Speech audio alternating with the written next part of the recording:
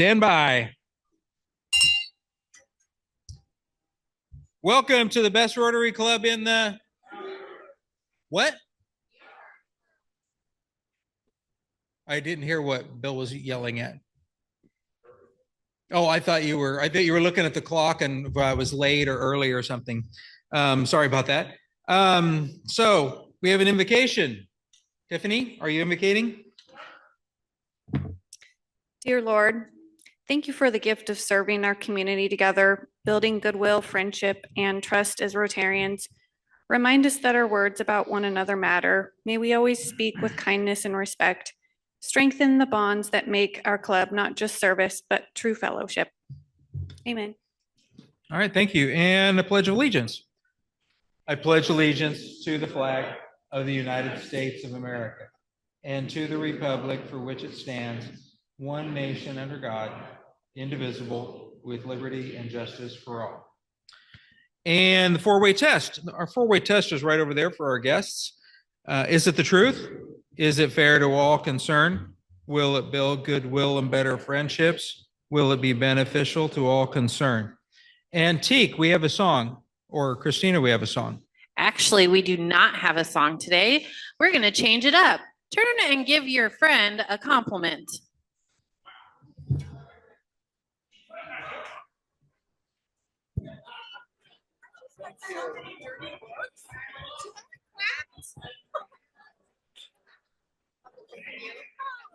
Love you.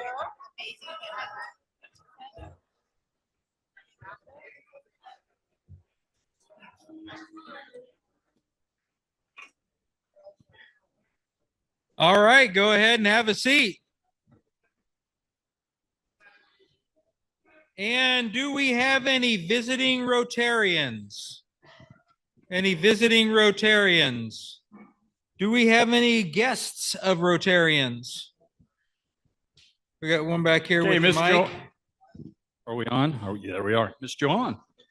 Thank you very much. I brought Lindy Mullen with me, and last time she didn't get to speak, so I'm going to let her speak a little bit and introduce herself.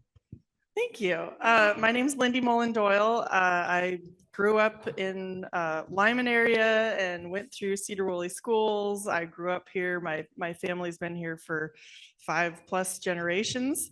I have 3 kids at home. One is 1 year old, one is 5 in kindergarten, and one is 10 in 4th grade. Well, he'll be 10 in a couple weeks. I'm already thinking ahead here. I am on the school board, and I'm interested in joining you guys because you do so much excellent work for our community, and I want to make sure that I'm representing my constituents. Thank you, Lindy. And we have Max back there. Well, I don't know you, so I will let you introduce yourself. Okay, well, I kind of snuck in.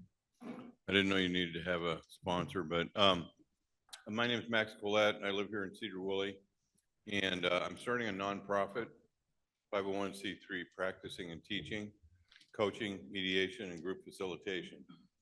And my first round of classes looks like it's going to be in May.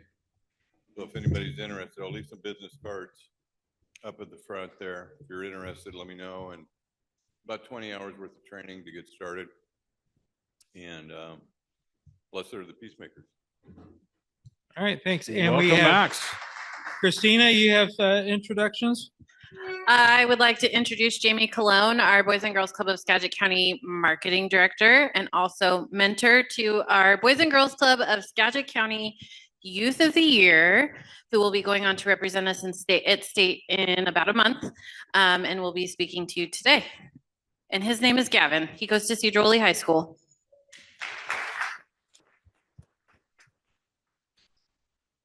All right, it looks like it's for guests. All right, and moving into club business and announcements, we put out the date for the Thompson Pond Work Party on March 14th at 10 o'clock. I'll have more information on that next week, but really it's a pretty simple weed whacking, brush cutting, cleaning up prior to the fishing derby up there that I believe is in May. Be stocking the food pantry right after this. And tonight is the Community Recognition Event at Sedro Woolley High School Auditorium, 5:30 PM, right, David? Got it. Yeah. And let's see. Monthly teams, Ruth says she's been getting some information from monthly teams. So if you're still on the fence or trying to figure things out, let's get her done and get some information to Ruth so she can get that information documented. And Ruth, are we okay to start dropping stuff off at Styles? And I've got some stuff that's going after this. Let's see. We've got our in-person auction meetings. Our next one will be March 5th. And looks like we're going to have dessert dash signups, decoration ideas, and scholarship committee discussion. April 2nd, we'll be meeting with the auctioneer to meet and preview items, rentals, and such. May 7th will be a work party meeting to load and prep for the delivery. And May 8th is set up, all hands on deck for the event. Let's see, there's a whole lot fewer dates as we get closer. There's only a couple of more dates before we are in the weeds with this. Let's see, Teak has passed on some information. Apparently the group at the Clear Lake School is getting closer to their construction on their, Teak, is it a covered play area? Yeah.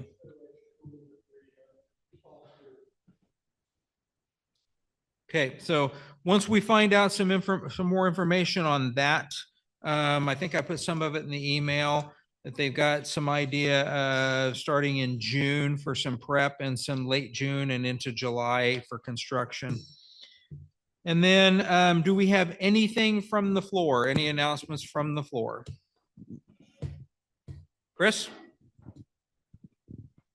I'm actively still looking for sponsors for summer concert series. We need to come up with between 14, 15,000 to cover all 4 weeks of the music in the park. And I'm a little bit more than halfway there. So if you're interested, I'm right now looking for $1,000 level. That'll get you either a roped off spot for your family at the park or an opportunity to set up as a vendor, as well as an exclusive vote for the band lineup. So reach out if you guys are interested. All right, no other announcements. Do we have a raffle?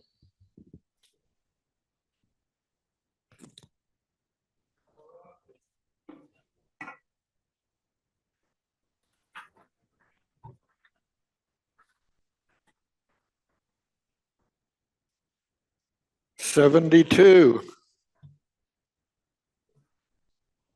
Done. Pay attention, sir.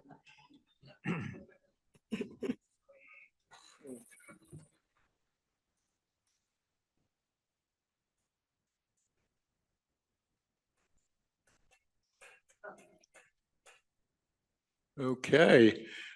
Shelley Shack, a $25 gift card. You get to go shopping. I could just see Dawn going in there at Shelley's right. Shack and picking something Can out. take your favorite girlfriend. 38, 38. All right, one of our guests. Hey, you wanna? He was eyeballing the prizes on there, so he's hoping to Yeah, let's see what we can win get big. him.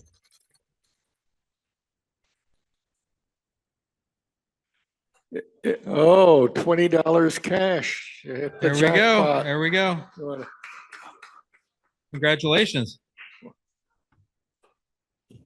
Yeah.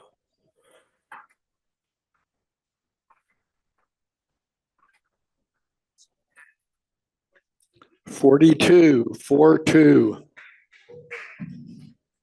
All right. And that was the reason Ellen got to stay today, is just so she could win. Take some points for the husband. Okay, enjoy. Okay, one more. I can never read these dark ones. What does it? 13. Lucky number.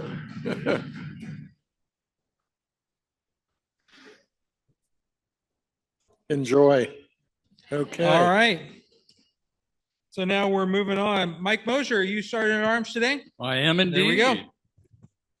Okay, first off, the normal stuff. If you're leaving early, it's a couple of bucks. If you had a birthday this month and haven't paid up, it's a couple of bucks. Anniversaries, $3. Miscellaneous stuff. If you didn't sign in, remember, is it the truth?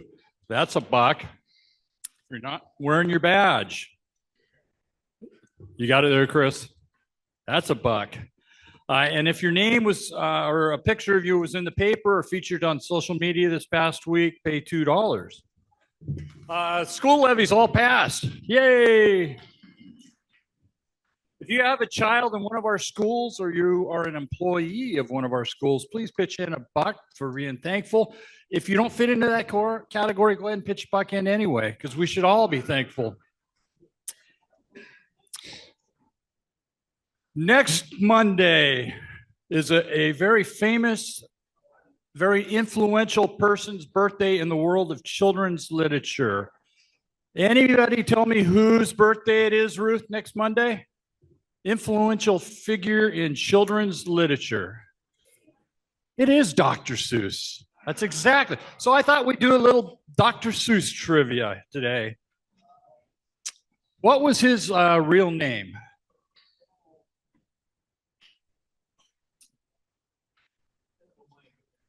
Anybody? Well, this is just, we're trying to learn some interesting things. His name was Theodore Geisel.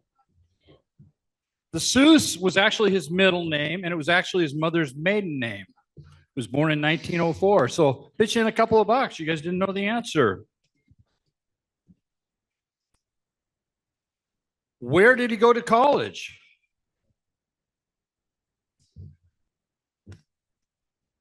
I'll give you a hint. It's considered one of the minor league Ivy Leagues. It's not Yale, it's not Harvard, but Brown? How about Dartmouth? Couple of bucks.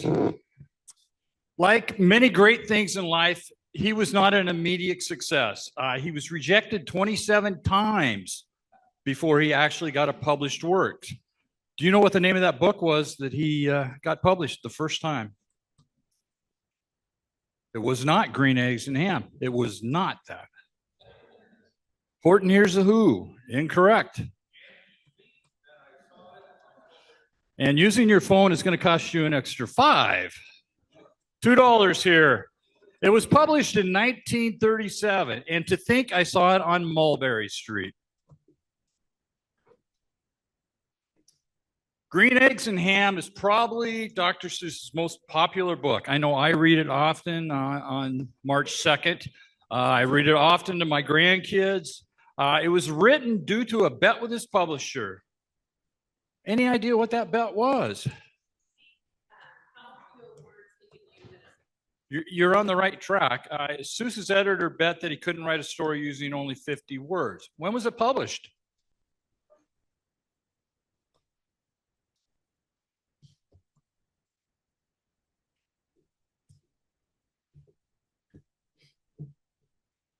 $1960.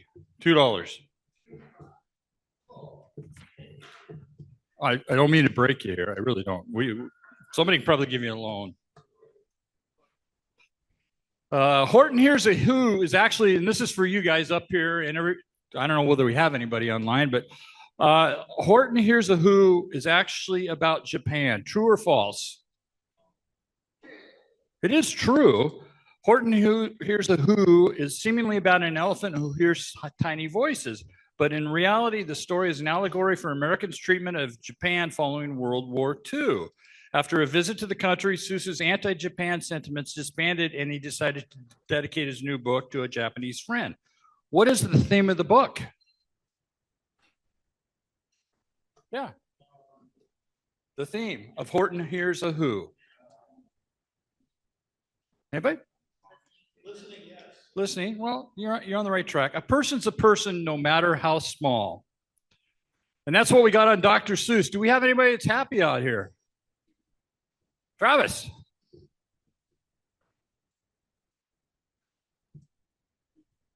I got a happy 20. First, I get to leave tomorrow and go see the grandbaby in Montana. So excited about that. Spend the weekend with them. I also spent this last weekend at Pell's down in Seattle. I was not looking forward to it, I'm sorry to say, and I was very pleasantly surprised. It was really amazing.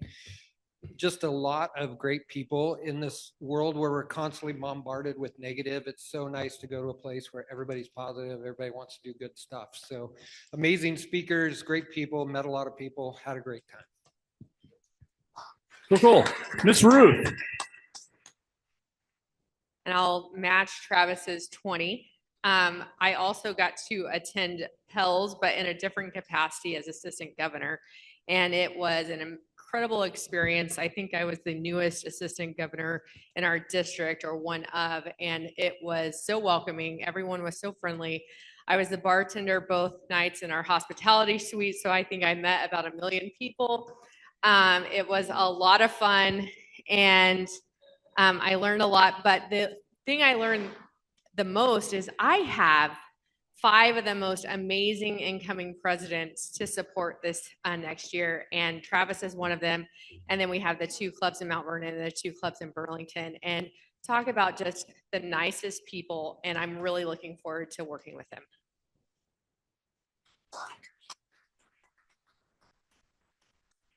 Sorry, quick follow-up too. As you guys all know, we're a cross-border club. It was particularly pleasant to be down there when our team won the hockey game. So it's called Pell's now, not Pets? President-elect learning. Oh, we don't get trained, we learn. That's proper, I guess. Oh, and one thing I didn't talk about in the initial stuff is, and just consider this a warning for fines that will be coming starting next week. If you have not bought your tickets to the auction, it's going to start costing you. And if you have not donated your 3 items, that will start costing you next week. That's almost everybody. So get some stuff in. Anybody else happy? Miss Joellen's happy. And then we'll come to John.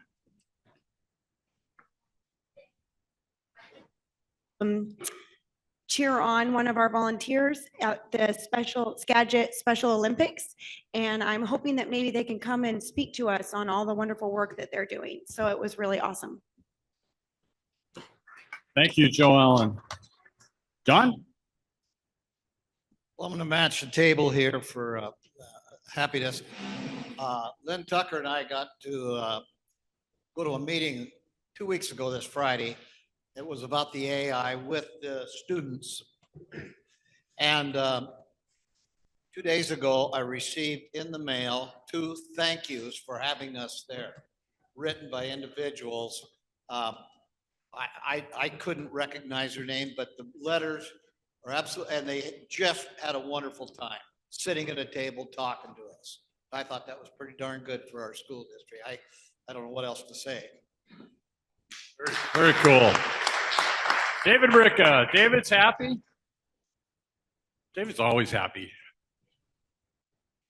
So along with what Schmidt said, I was there too. We had some residents from Country Meadow Village that attended.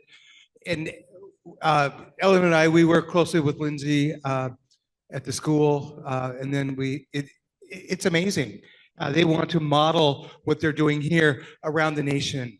I mean, these students prepared very detailed boards, trifold boards on their AI stuff. And then they also had their laptops. So it was an interactive social media presentation. And then in the afternoon, they listened to the seniors present. And Leonard Hornback, if you know him, he had all the stuff from his company there. And it's really a cool thing. And I hope to be involved with it next year as well, Ellen, right? And then we served lunch.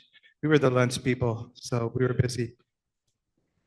But also tonight too, Danny and I, it's going to be a really fun night. We're really honored. Both of us are so honored to receive this award. Hey, Mike. Got a happy 20 up here for our son, who he's not here today. We hope that he's home recovering from the arduous work that he did to take the bar the last couple of days. And we're just very proud of him. So is he officially done taking the tests? He's done taking the test, but he doesn't know the outcome yet. Of course not. Yeah. Well, good, good. I'm sure he'll do great. Anybody else happy? Mr. All right, President. we're good to go. We're going to start off our program here real quick. If you got to leave, I guess you can slither out. We got to wait for David to leave. All right. We're going to start out. We're going to have Gavin come up. He's got a quick speech he's needing to give. And then we're going to move into our program, which should be fairly short. We're going to follow up. Our program today is going to be a follow-up to our meeting last week he has flesh out some of the things that got brought up. So Gavin Clifton, you're up.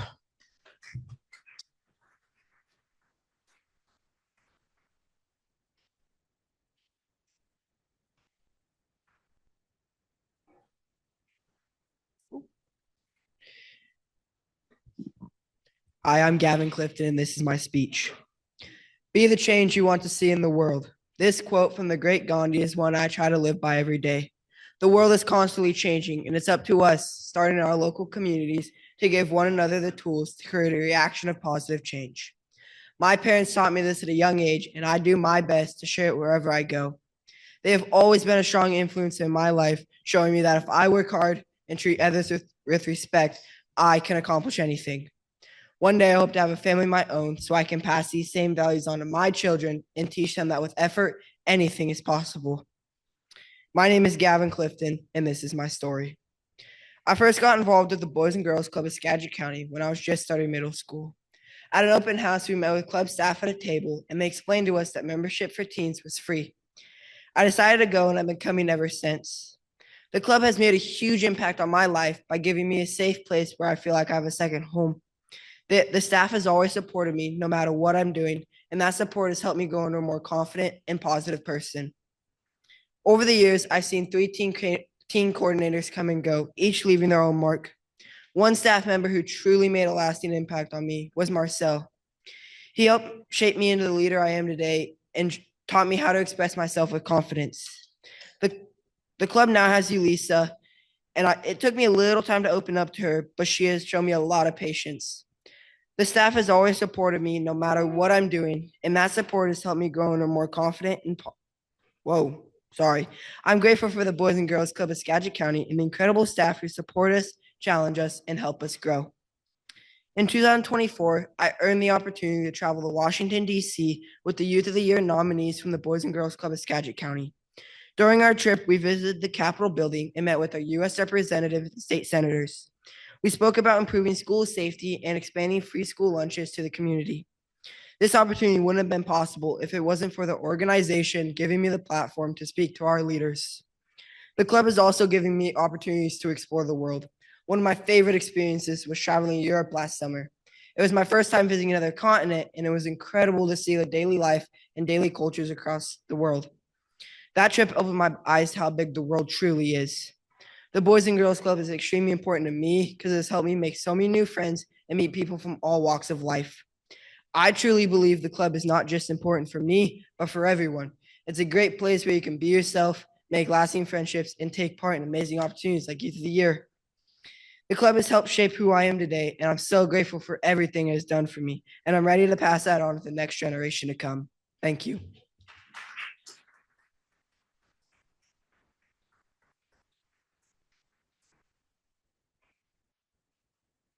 All right, thank you, Gavin. What's your next step now? Here we go. What's your next step in your? So my next step is at the end of March, I'm going to Seattle and Olympia to participate in the State Youth of the Year, in which I have to say a speech in front of judges, and then I have to say a speech in front of people to see if I can win the State Youth of the Year. All right. Well, good luck to you, Gavin. We hope the best for you. And it's tough to get up in front of people and talk, but you did good. Did good. Are you gonna have to memorize your speech? I know Jamie and Christina Have you memorized your speech yet? Have you memorized your speech yet? Just a word of advice, just act like you know what you're doing and people will believe it. So worked for me for the last 8 months. All right. If you guys need to bug out, Gavin's got to get back to class. Let's give Gavin another round of applause. Wish him well. And Ruth, can I get you to take some notes for me while I go through this? I've got something for you to write on here.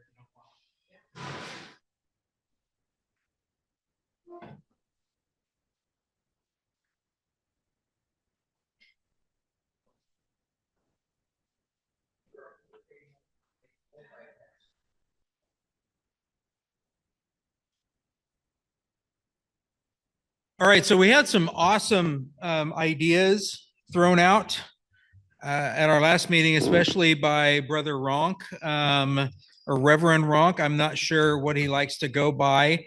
I don't know if the idea was as awesome as his presentation, but I wanted to flesh some of those out and see if they're worth moving forward with, because we've been doing a few small projects, but we haven't really been doing anything that's a little bit with a bigger reach.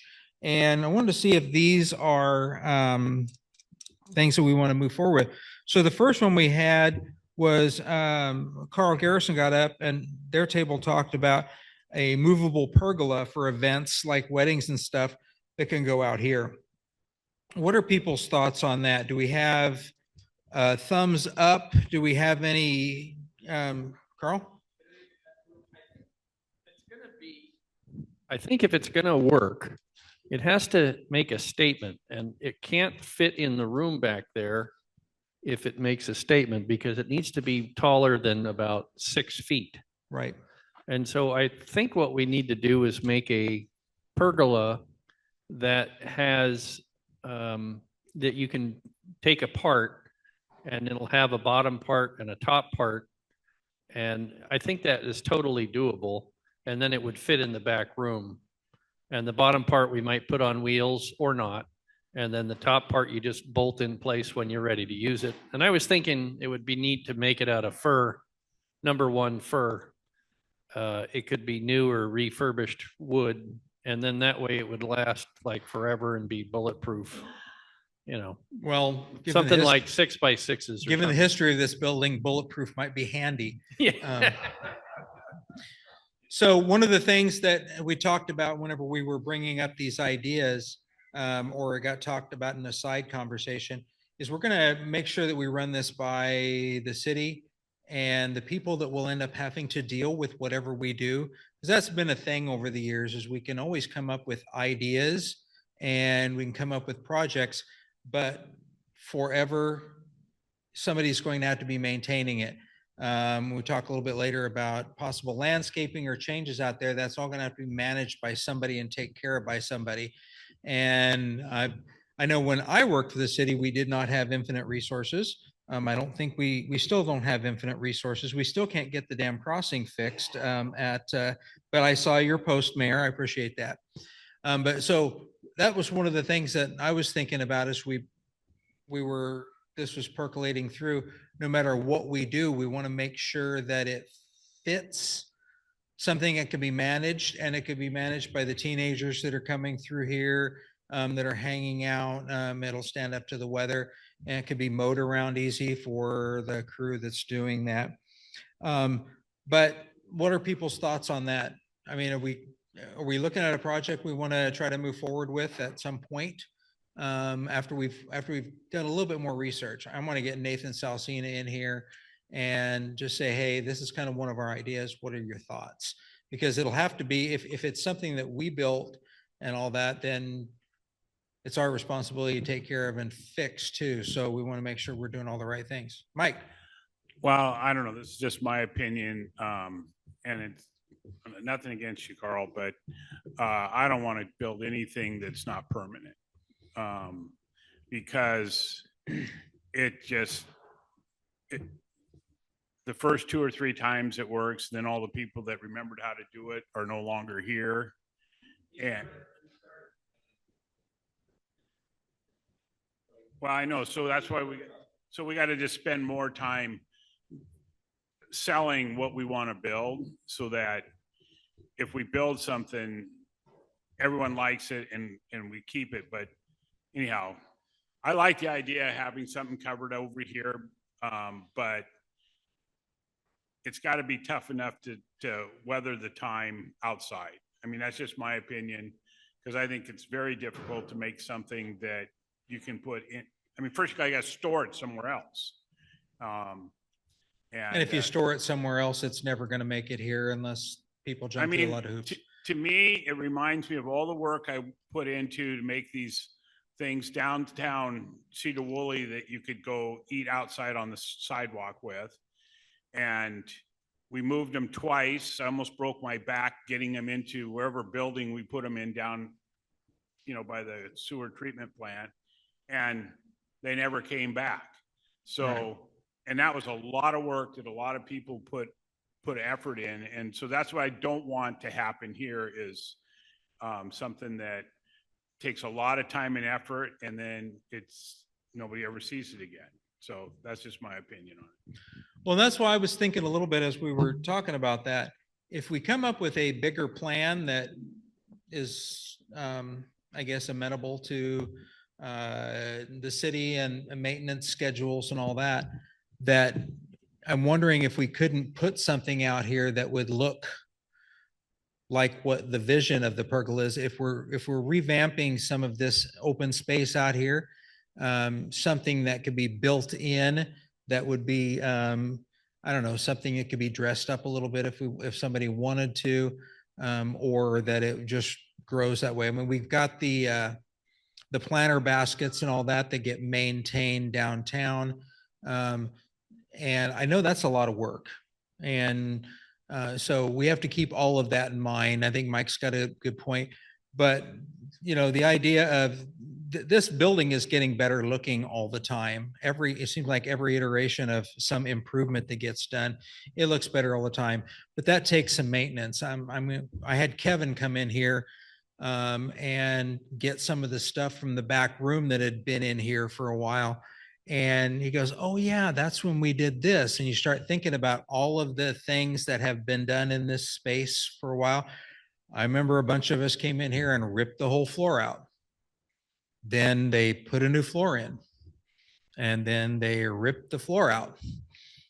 But we've had a lot of really good things happen with this building.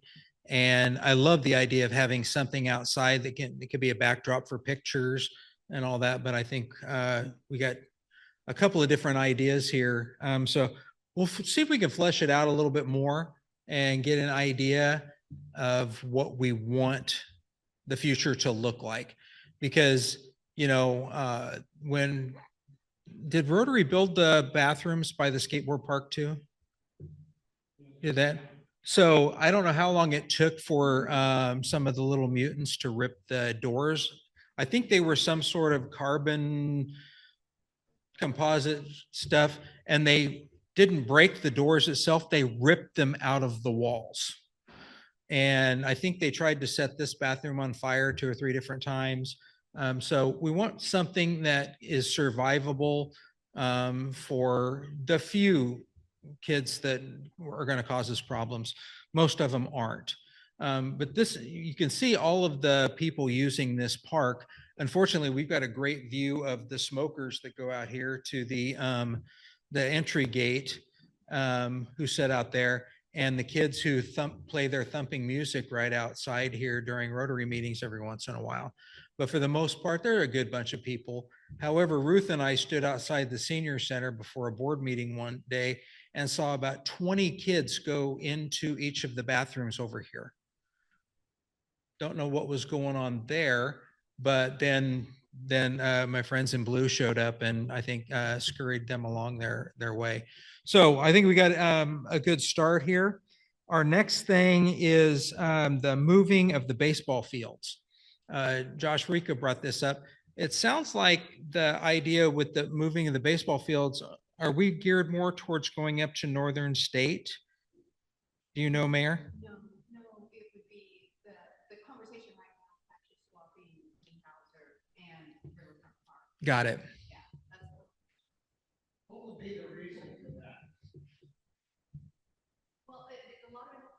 flooding that happens. It's much easier to remove, oh, sorry. A lot of it has to do with the flooding that happens. It's much easier to pull soccer nets out than it is to pull out all the grandstands and the baseball backings and all of that. So, and this actually, I think this would be, if you're serious about this, this would be a good conversation to bring in Nathan Salsina, because he's the one who's actually brought this forth. And we did talk about, I know that Louis has suggested that we build actually baseball fields up there at Veterans Park.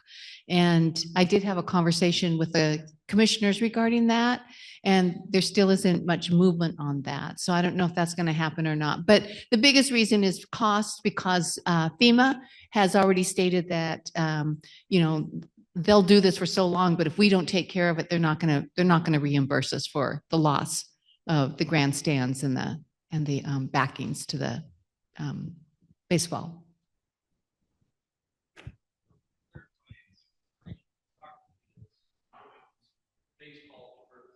Right. And I don't know if there's been conversation yet with RCO, because they did fund it and they have certain stipulations, and they did fund a lot of what happened at Winnie Hauser Park. So that's a step that would need to be taken. Again, I think Nathan is the one who's been having conversations with our Public Works Director, Bill Bullock. So I'm just getting the reports. So I'm sharing with you what the most recent report I have that I've received, but it'd be good to hear from Nathan if you're serious about doing this. Louis? I have an update on that. Nathan called me last week, and he told me that the decision was made that the relocation of the Little League fields was going to be up on Helmick Road at Northern State.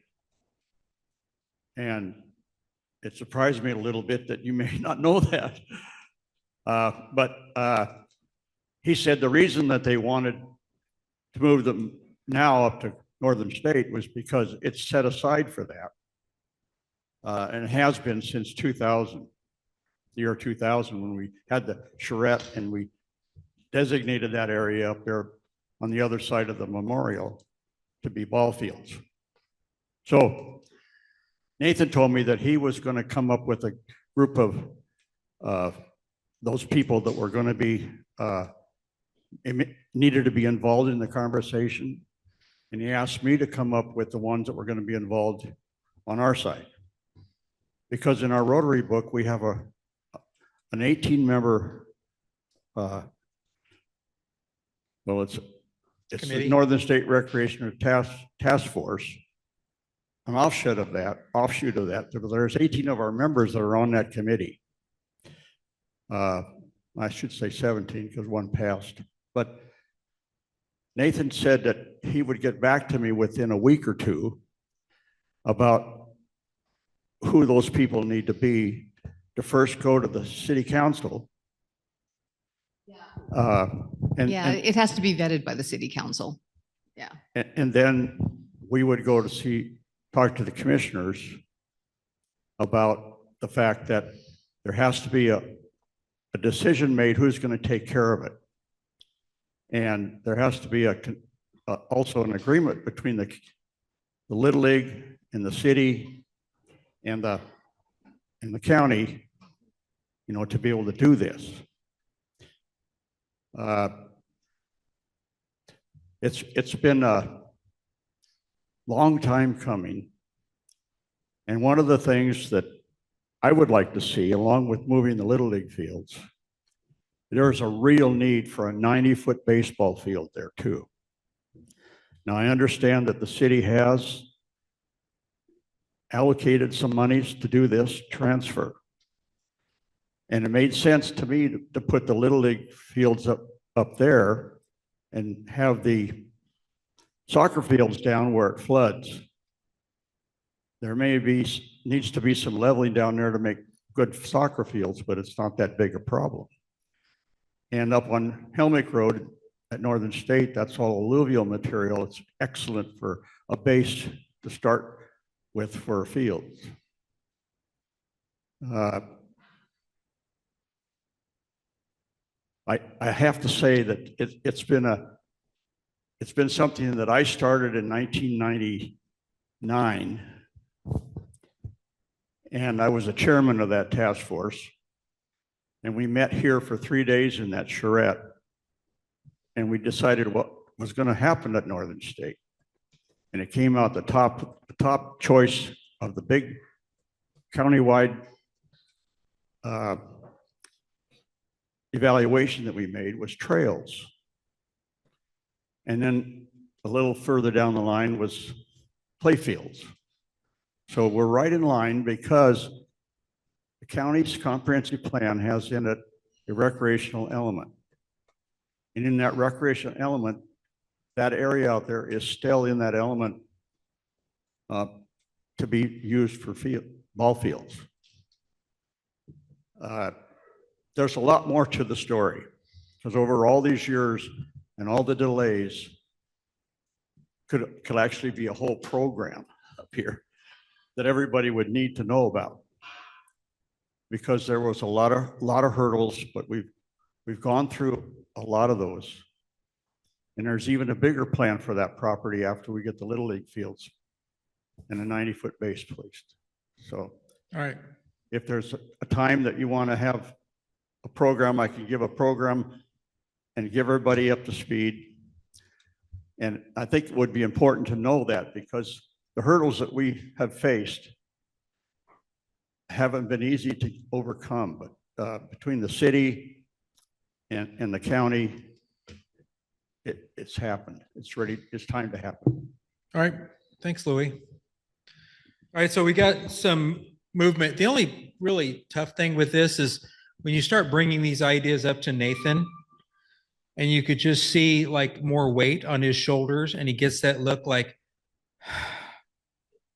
and he does such a great job every time but you could just see the poor guy it's one more thing on his plate. So moving on to the next thing, we don't have Sam here, do we? She had talked a little bit about, or her group had talked a little bit about the Early Childhood Development Program at UGH. Does anybody know anything more about that? Okay, we'll talk to Sam a little bit more about that when I get back with that group. And the last thing on the list was development of more of this open space, which I'm guessing is going to be a little bit more like the conversation we just had with the baseball fields. There's going to be a lot of different people involved and a lot of different ideas involved. And ultimately, the city does have to know, well, if you make a bunch of really cool stuff, that's wonderful, but I got to have somebody mow around it. I have to have somebody maintain it. We have to water it. I mean, Nathan brought up to us trying to get some of the ball fields watered right next to the city hall and the fire department too. So there's going to be some big needs, and I think we have to take all of that into consideration. Does anybody have after Brian's awesome presentation, does anybody else have anything to add to that, Carl? Well, backing up to Mike's comment, I'm all on board, and that's where we were, is we'd prefer permanent. So it really hinges on what the city will allow. And I think the first step with maybe both the pergola, the enhancement of the park, and the ball field, maybe we should, as a group, hire a landscape architect to take input from the city, from us, county, whatever, whoever's, the stakeholders, and put something together that we can all get behind, because it's every time we talk about it, we talk ourselves out of it. And I think if we had a plan, that might be the way forward. All right, before we break up, we're breaking up a little bit early, but does anybody else have anything else to add? Thoughts that came up from our last meeting or add to this one? I'm sorry, I don't have the Reverend speech down that Brian had the other day to get everybody energized. One thing that he needs to know, that Brian needs to know, when he can present something like that, next thing he knows, he's going to be in charge of something like that. So he may have just nominated himself for a very important position. All right, I have nothing else. We need to put away tables and chairs. And thank you, guests. Lindy, Jamie, and Gavin, and Max, thank you for coming. And we are adjourned.